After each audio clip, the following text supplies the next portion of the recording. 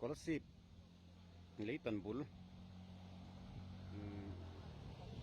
NICDL nói à rất này nằm trong này lâu foundation hi phụ vóc lâu nghe niệm thà hay crack cần anh chẳng ngắm chắc vóc lâu hay thu này tụi cái sự là hay flexion anh đã phốt ngay đòn này sự phốt đến cái tuồng sắc đòn nghe NICDL làm cái sự to chìm đòn nó ăn khóc mà hay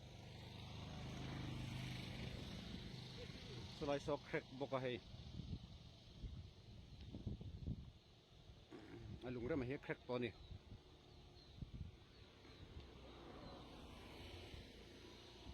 ta hi motor din na thina ni wangin na hlawma hetina khiphei vek to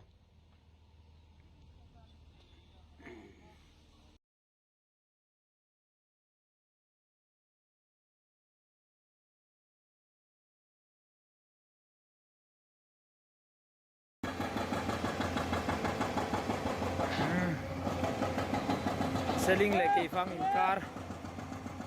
lấy min anh hi ta chỉ pan hi le parlian in an pai mega le lam motor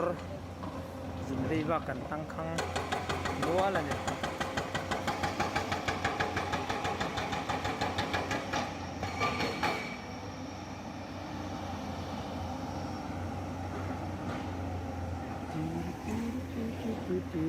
làm cho cái này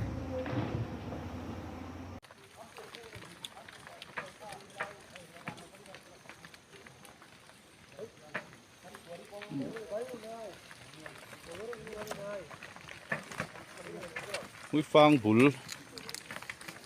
lấy miền chu ơi miền tọp lấy thầy lâu này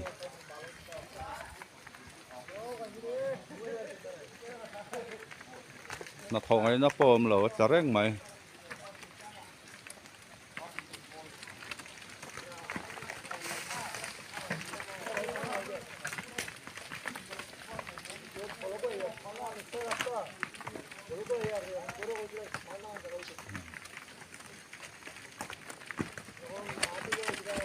tiếng anh ấy cho nên với nào có con trăng mà là bây giờ ông lẩu ta này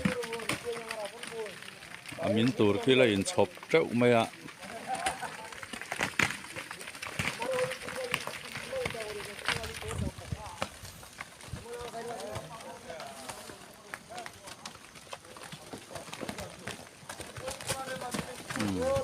còn miền tây sẽ mày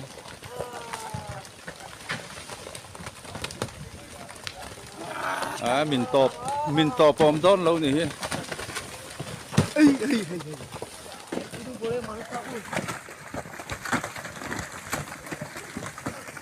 kì rồi mình sẽ mà ai liền nó rồi bắt thale đó nè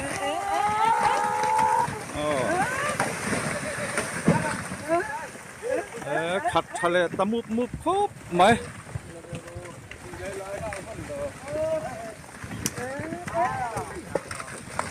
ra phạt khốp mày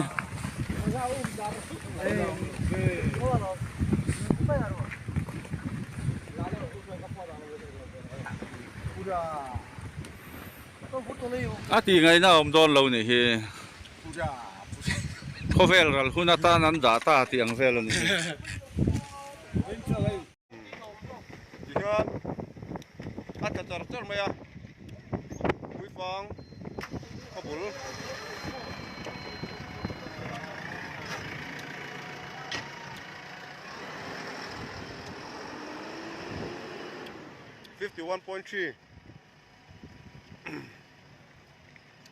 SCB point not of hello.